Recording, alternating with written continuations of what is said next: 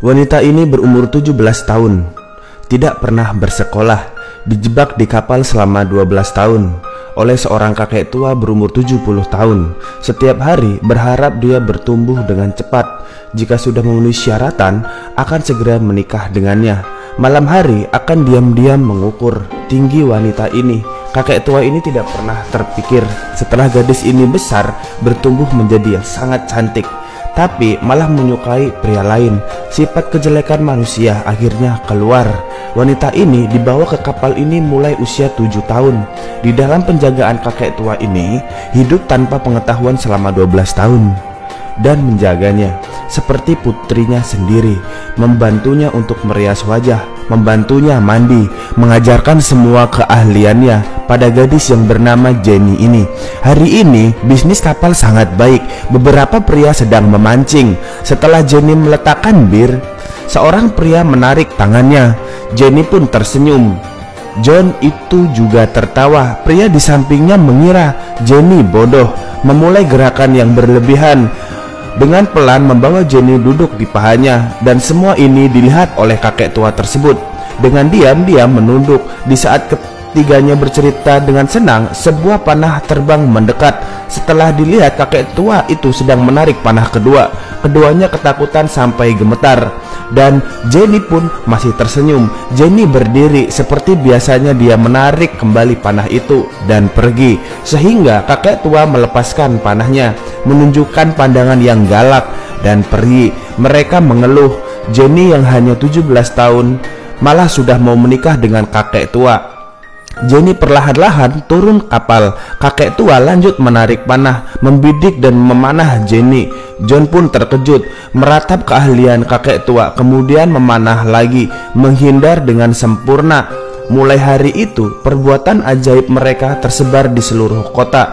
Dengan perlahan Jenny memberitahu kakek tua. Kakek tua pun berkata pada John, "Siapa yang tahu apa yang dikatakan mereka?" "Apa?"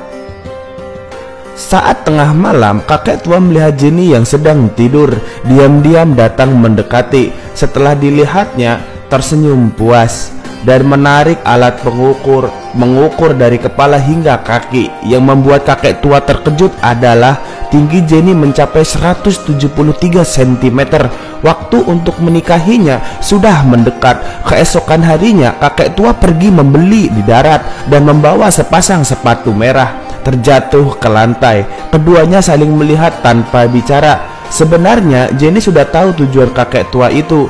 Diam-diam membuka berangkas kecilnya sendiri, meletakkan sepatu itu ke dalam. Dia mengira Jenny tidak mengerti, tetapi dia salah. Jenny yang sekarang beberapa hari lagi akan bertumbuh dewasa. Hanya saja dia takut.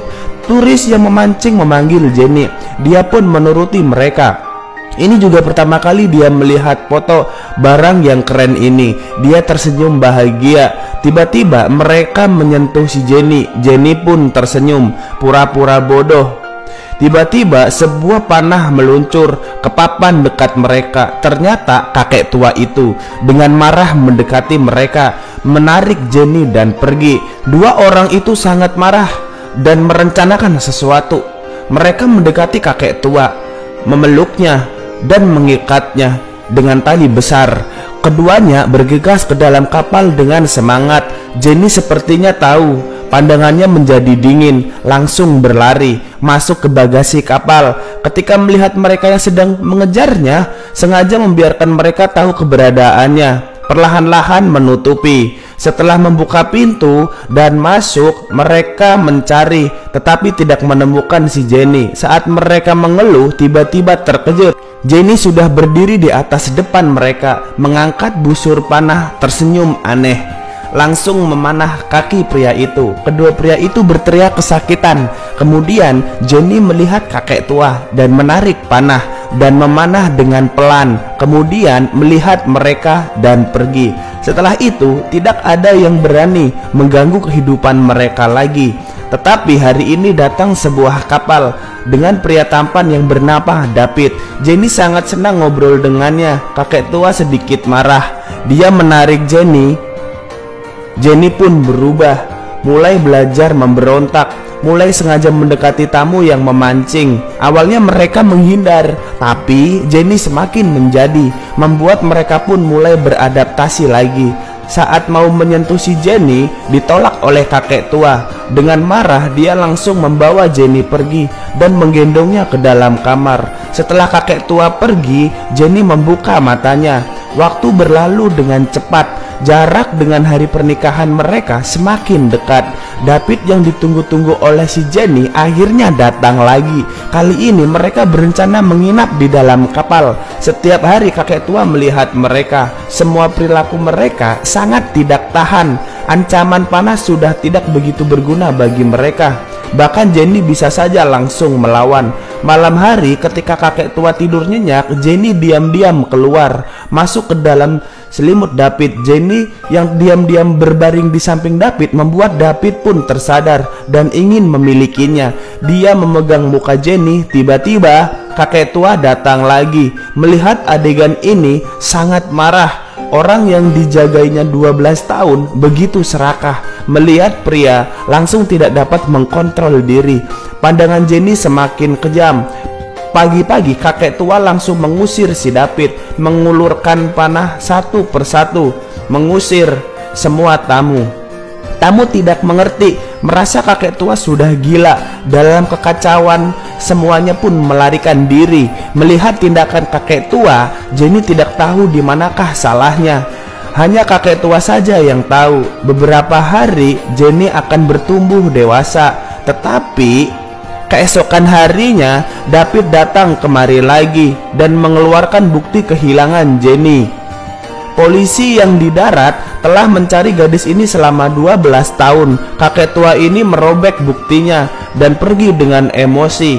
Jenny mengambil buktinya. Dia baru tahu ternyata dia juga punya seorang ibu dan masih terus mencari dirinya. Tetapi dengan tingkat pengetahuan Jenny saat itu, dia sama sekali tidak tahu dunia di luar itu bagaimana. Satu-satunya ingatan dia hanya ada kakek tua yang setiap hari mengatakan setelah dewasa dia harus menikah dengannya. Jenny menganggap semua ini adalah tujuan hidupnya. Kakek tua tidak ingin membunuh, tetapi melihat tindakan mereka, dia sangat marah. Dia meruncingkan panahnya dan mencoba untuk membunuh pria muda di depan ini. Tetapi Jenny menghalanginya. Jenny juga pernah coba untuk bunuh diri dan juga coba berkomunikasi dengan kakek tua. Hari demi hari berlalu. Tiba di hari mereka harus menikah, Jenny berbisik kepada kakek tua. Kakek tua menyampaikannya ke David. Kemudian kakek tua melepaskan mereka dan melepaskan diri sendiri. Saat mereka berdua pergi, sama sekali tidak menoleh berbalik. Kakek tua mengikat tali di lehernya. Kapal bergerak perlahan. Talinya semakin kencang dan mengikat kakek tua dengan erat. Dia sangat bertaruh bahwa Jenny akan menoleh balik. Kapal tertarik oleh kakek tua dan tidak bisa bergerak. Kakek tua sekarat, dia sedikit ketakutan. Dia mengambil pisau, ingin memotong talinya, tetapi sedikit tidak rela. Jenny mendorong David dan mengambil 10 palu. Dalam waktu bersamaan, kakek tua juga memotong talinya hingga putus. Jenny memilih untuk kembali. Kakek tua bersedih dan menoleh balik. Dia menang. Melihat kapal sedang mendekati, dia tahu semua upaya dia sepadan. Dia menyembunyikan pisau dan duduk di sudut dengan sedih. Jenny melihat penampilan kakek tua itu, akhirnya meneteskan air mata. Dia akhirnya mengerti tujuan kakek tua itu. David juga terharu oleh kakek tua. Dia sedih, tetapi harus menjadi saksi nikah mereka. Tujuan kakek tua tercapai, memberi Jenny sebuah kurma. Semua dilihat oleh David. Kakek tua itu membawa kapalnya dan pergi. Perlahan dia mengatakan ke wajah Jenny saat Jenny sedang tidur. Kakek tua menarik panahnya dan menghadap ke arah Jenny. Dia memanah ke arah langit dan berekspresi bangga, kemudian melompat ke dalam air. Beberapa menit kemudian, David melihat ke arah kapal mereka. Hanya ada Jenny sendiri. Setelah Jenny bangun, panah yang tadi ada di sampingnya, Jenny mengangkat tangan, mencabut panah, kemudian tersenyum dan berlayar jauh bersama David. Anehnya, kapal tua tersebut tenggelam sendiri ke dasar laut. Ini adalah salah satu film Kim Ki-duk yang ternama, yaitu The Bow.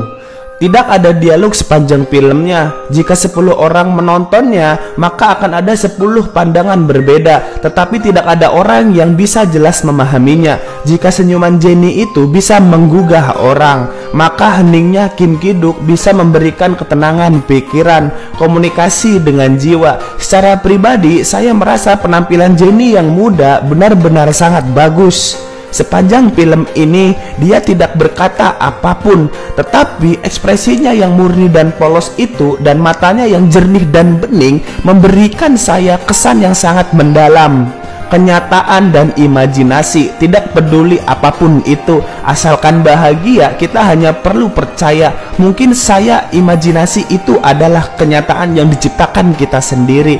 Dia akan sama seperti bayangan kita, sedikit demi sedikit menjadi dorongan bawah sadar, kuat dan indah seperti busur panah. Saya berharap bisa begitu sampai tua. Saya adalah Ceritanya Paramex. Terima kasih telah menonton film dari Ceritanya Paramex.